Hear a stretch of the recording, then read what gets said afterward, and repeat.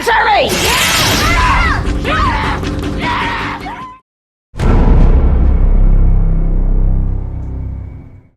Halo Besti-Besti, kembali lagi bersama saya Rini Santika di channel Risa Bercerita. Apa kabar nih kalian semuanya? Semoga kalian tetap sehat-sehat aja ya, karena cuaca juga lagi kurang baik banget nih. Ya pokoknya buat kalian semuanya tetap jaga kesehatan aja ya. Oke nih, ngomong-ngomong kali ini saya akan membahas alur film yang berjudul Bite. Yang mana film ini mendapat rating ke-6 dari 10 menurut IMDb loh. Dan film ini menceritakan tentang wanita yang telah mengkhianati calon suaminya. Wah, pasti seru nih ya para besti-besti. Hingga ia pun tidak bisa menyesali kesalahannya itu karena sekarang ia sudah berbeda. Tapi ngomong-ngomong ini berbeda apa ya? Wah, malah tambah penasaran nih. Oke, yuk tidak usah berlama-lama, langsung aja kita ke alur ceritanya.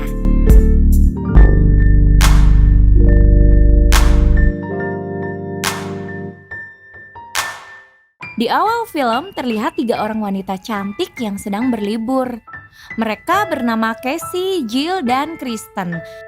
Mereka bermalam di sebuah hotel dengan waktu yang cukup lama. Dan mereka di sana bersenang-senang dengan berenang, minum-minum, joget-joget untuk merayakan sahabatnya yaitu Casey yang sebentar lagi akan menikah. Namun saat di klub malam, Casey yang terlalu banyak minum membuat dia menjadi liar. Bahkan diajak joget eksotis pun ia mau, padahal ajakan itu dari seseorang pria yang tidak ia kenal.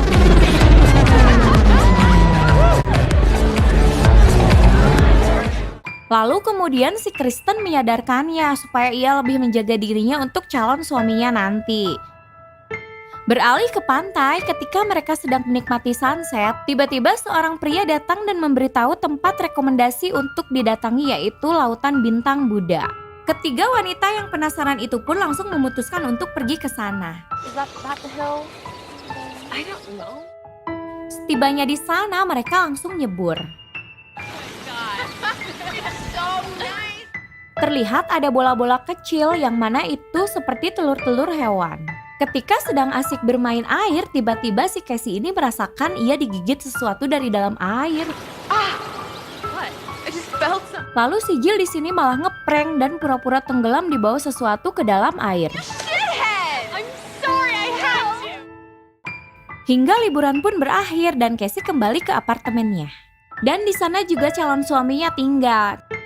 Casey pun langsung menemui calon suaminya yang bernama Jared. Di sini si Jared ini memberitahu bahwa ia mempunyai kejutan untuk Casey. Dengan menutup mata terlebih dahulu, setelah dibuka matanya, Casey melihat kursi makan bayi. I dug it out of my mom's. Wow. Namun di sini si Casey terlihat agak kurang senang karena ia sendiri kehilangan cincin tunangannya.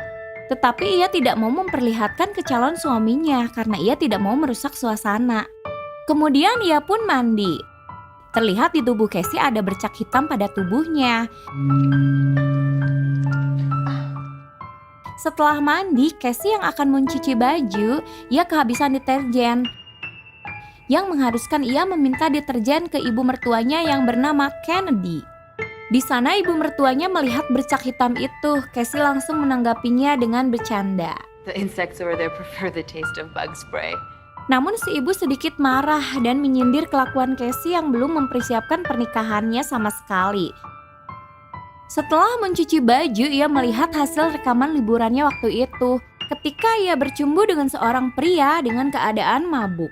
Hingga si Casey ini merasa bersalah besti atas kejadian itu. Yah, lu si Cas ada-ada aja. Lalu si Casey mengunjungi kerabatnya yang bernama Tuan Matheson untuk mengajak anjingnya berjalan-jalan keluar. Namun sayangnya si Casey ini malah kepikiran terus nih atas kejadian waktu liburannya itu.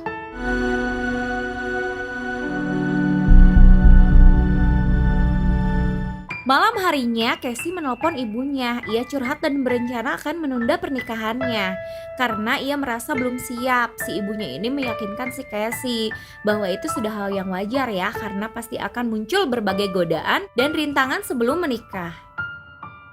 Kemudian ketika menunggu si Jared untuk makan malam, Tiba-tiba saja si Casey ini mendengar percakapan ibunya dengan si Jared yang waktu itu mengatakan kalau Casey tidak pantas untuk dirinya. She's not good for you. Tak lama si Jared pun datang, mereka pun langsung mengobrol. Saat melihat si Jared sedang makan, Casey di sini malah mual. Ia pun pergi ke toilet. Di sana Casey bukan muntah biasa, namun ia muntah air lendir. Ih, geli banget. Lalu setelah itu si Casey diantar Jared ke kamarnya. Di sana si Jared meyakinkan keraguan Casey untuk menjalani pernikahannya. Mereka pun terbawa suasana yang membuat mereka melakukan anu-anu.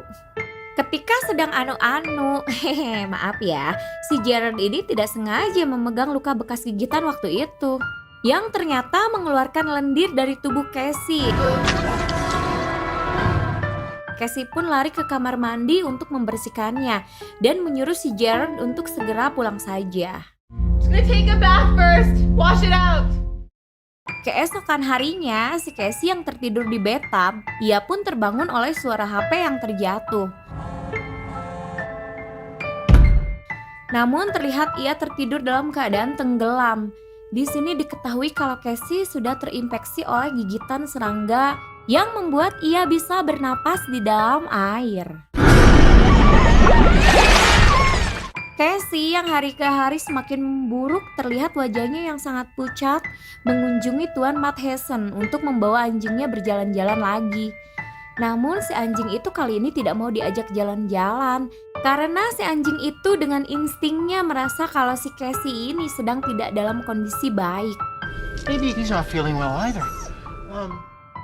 Malamnya Casey bertemu sama si Kristen di sebuah restoran. Mereka membahas keinginannya Casey untuk menunda pernikahannya. Di sini si Kristen menyayangkan sekali hal itu. Lalu ia menyuruh Casey untuk tetap melanjutkan pernikahannya. Si Casey ini tiba-tiba memberitahukan ke si Kristen kalau akhir-akhir ini ia tidak bisa makan apapun. Di sini si Kristen menjawab, "Mungkin kamu sedang hamil." Sontak saja si Casey pun menjawab, "Ah, tidak mungkin." I'm not pregnant. Setelah makan bersama dengan si Kristen, ia kembali ke apartemennya. Casey yang penasaran dengan perkataan si Kristen, ia mengecek tes kehamilannya dengan memeriksa tubuhnya. Sambil melihat ke kaca, saat memeriksa tubuhnya, ia mengecek kembali bekas gigitan dan ternyata infeksinya semakin parah. Akhirnya ia berkonsultasi dengan dokter tentang penyakitnya itu. Hari ke hari terlihat Casey yang semakin parah kondisinya. Melihat cahaya matahari pun ia tidak menyukainya. Waktu ia tidur di kamarnya, saat tidur ia bermimpi buruk, yaitu mimpi bertelur. Wah, kok bisa ya manusia bertelur? Sontak ia pun terbangun dan anehnya ia terbangun dengan keadaan di dalam air lagi. Terlihat si Casey yang sudah berbeda penampilannya, yaitu menjadi seperti makhluk aneh.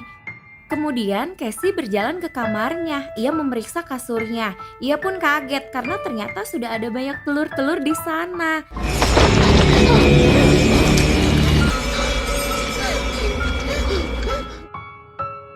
Tak lama calon mertuanya pun mengetuk pintu. Casey pun di sini panik bukan main ya, karena kamarnya sudah seperti sarang serangga.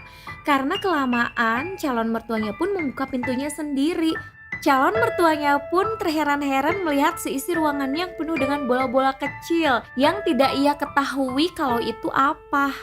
Casey di sana mengusirnya, namun si calon mertuanya itu kekeh dan memarahi si Casey. Lalu ia menuduh Casey adalah seorang pelacur. Kasihan banget sih nasibnya Casey. You harlot. Casey yang terlihat sudah seperti bukan lagi Casey. Ia pun mengamuk dan mencekik calon mertuanya itu.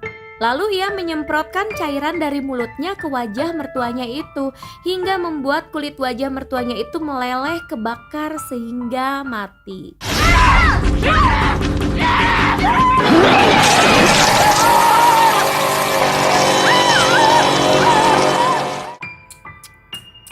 Benar-benar tragis ya. Singkat cerita, keesokan harinya si Jared ini yang terlihat khawatir mencoba menghubungi si Casey karena belum kelihatan selama 1 hari ini. Ketika si Jared mengetuk pintu kamarnya, Casey pun menyautnya lalu menyuruhnya untuk tidak masuk ke kamarnya karena kamarnya sudah menjadi sarang monster yang sangat kotor. Tingkah laku dan wajah Casey pun ini terlihat sangat berbeda sehingga Casey pun enggan bertemu dengan si Jared. Open up! Adegan berpindah ke si Kristen. Si Kristen yang mendatangi rumah Jill, ia mengatakan kalau sudah seminggu ia tidak ada kabar dari Casey.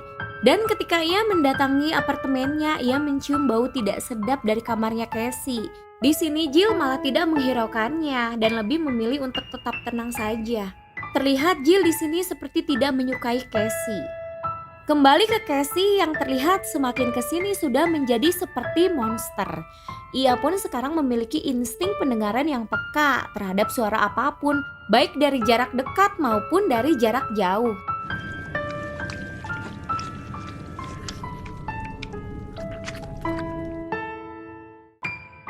Tak lama si Kristen mengunjungi apartemennya si Casey kembali dan mencoba memanggil Casey. Come on, Casey, open up.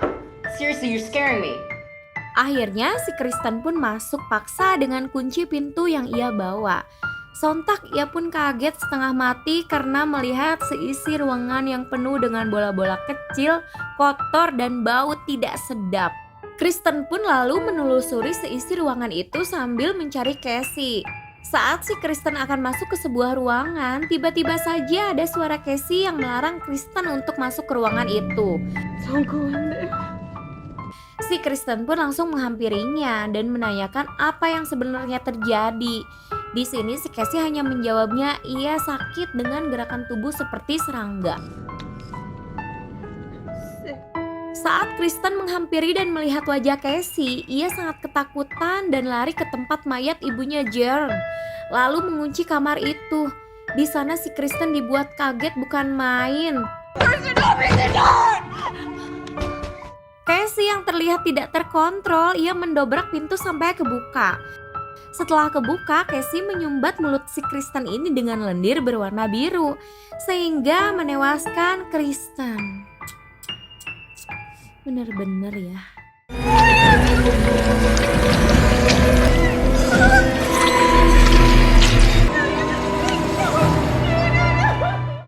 Casey pun sangat terpukul karena tak sengaja ia telah membunuh sahabatnya sendiri.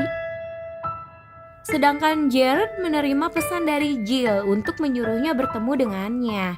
Di sana si Jill memperlihatkan tingkah laku Casey saat berlibur, yang mana kala itu Casey tidur dengan laki-laki lain. Jared pun tentu sakit hati melihat hal itu, hingga Jill merayu dan menggodanya untuk anu-anu. Ya, teman makan teman nih jadinya. Yang ternyata memang selama ini si Jill menyukai si Jared secara diam-diam. Casey yang mempunyai insting pendengaran terhadap apapun, ia mendengar Jared dan Jill yang sedang anu-anu dari kejauhan. Di saat mereka akan klimaks, Casey berteriak hingga membuat mereka yang sedang anu-anu itu muntah.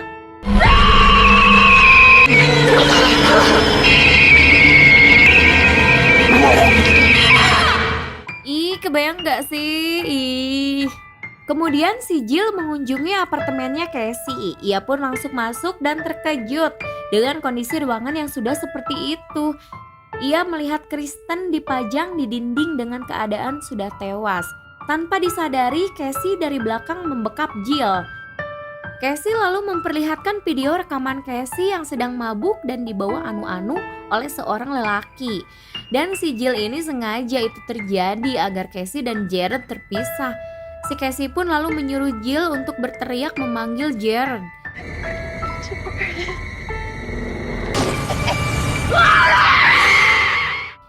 Si Jared pun meresponnya dan langsung pergi ke kamarnya Casey. Lalu ia pun langsung menolong Jill di sana. Saat menolong Jill dari belakang, Casey datang dan membuat Jared shock melihat kondisi Casey sekarang. Jared. Jesus. Casey pun memojokkan mereka berdua yang pada akhirnya Jill pun dicakar sampai mati.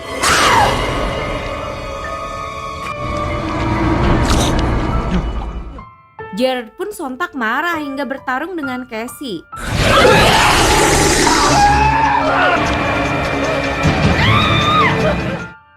si Casey berpura-pura kalau ia menyesali perbuatannya. Si Jared pun seketika luluh dengan sandiwaranya si Casey. Jared pun langsung disengat oleh ekor Casey hingga membuatnya muntah cairan lendir putih. Untungnya si Jared di sana masih bisa bertahan, dan saat si Casey akan menyerang kembali si Jared, dengan cepatnya Jared mengambil kayu tajam menusuk tepat di dada Casey dan menginjak kepalanya sampai hancur.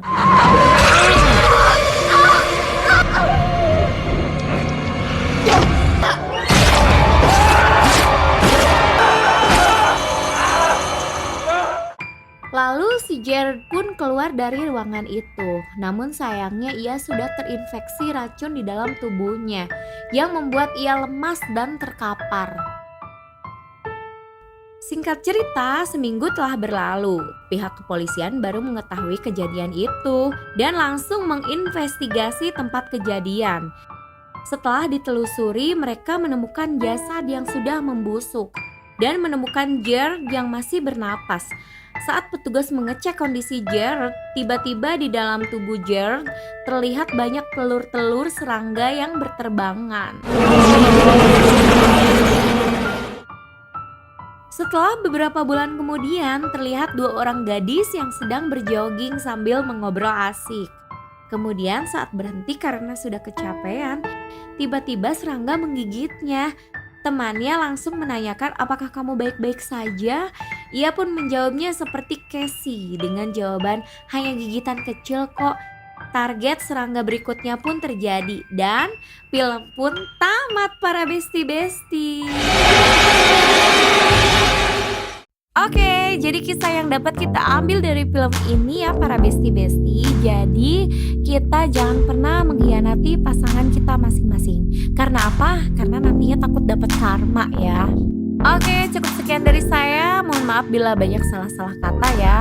Saya pamit. Rini Santika di sini. Wassalamualaikum warahmatullahi wabarakatuh.